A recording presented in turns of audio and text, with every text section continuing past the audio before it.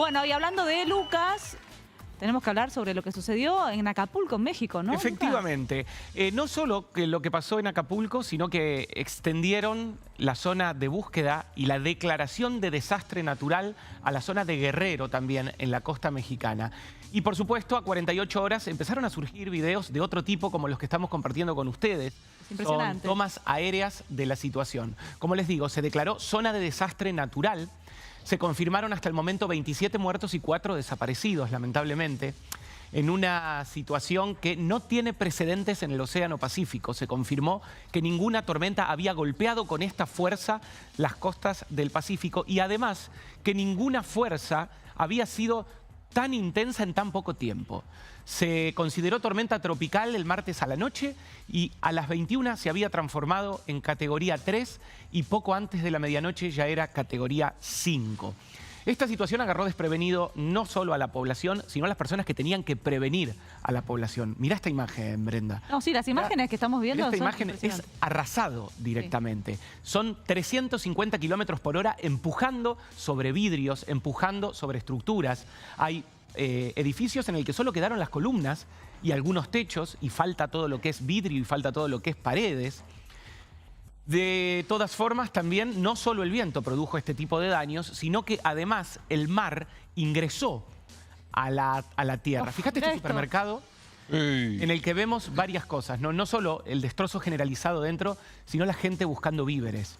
Está muy complicada la llegada de ayuda a Acapulco porque los caminos quedaron intransitables. Hay zonas en las que el mar se metió por lo menos con 5 metros de altura, o sea, superior a las casas, superior a las edificaciones.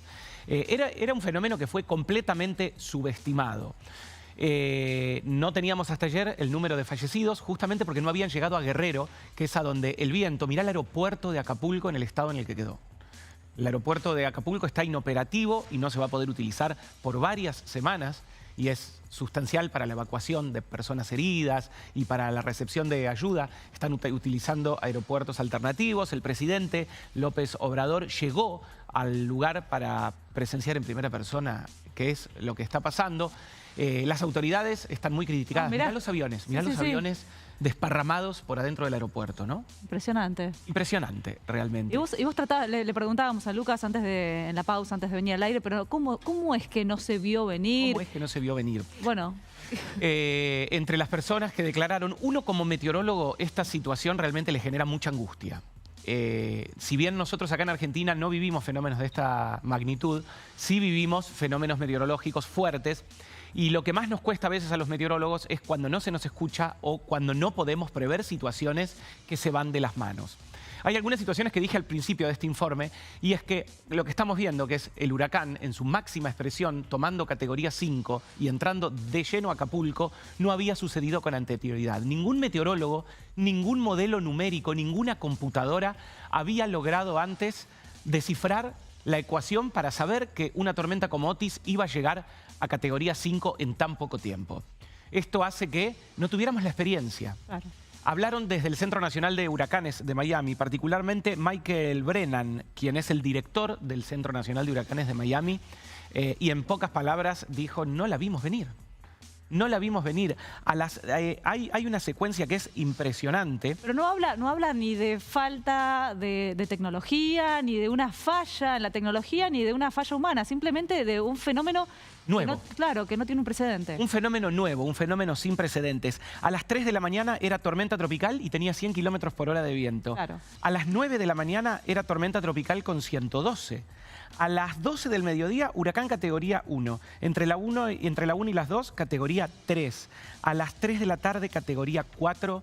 A las 9 de la noche, categoría 5. Y el Centro Nacional de Huracanes ya no tenía cómo advertir de esta situación y puso en su informe una frase que se las quiero leer tal cual. El Centro de Huracanes de Miami advierte de un escenario de pesadilla desarrollándose en el sur de México esta noche con una rápida intensificación de Otis nunca antes vista. Wow. Acá tienen los resultados. Es realmente impresionante lo que pasó, no tiene precedentes, sin dudas. 12:25 del miércoles, Otis toca tierra como un huracán categoría 5, las ráfagas llegaron a 345 kilómetros por hora.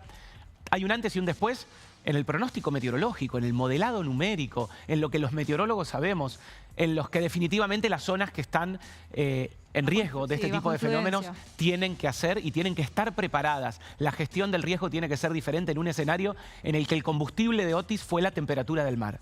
Claro. Sabemos que la temperatura del mar está por encima. Miren el antes y el después de estos edificios. No, si esto es impresionante, esto, ¿no? Lucas. Miren el antes y el después.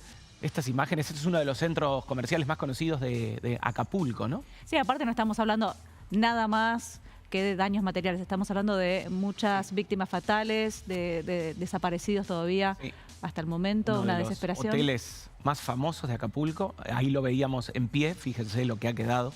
En la mayoría de los casos desaparecieron ventanas, paredes interiores, se lo llevó todo.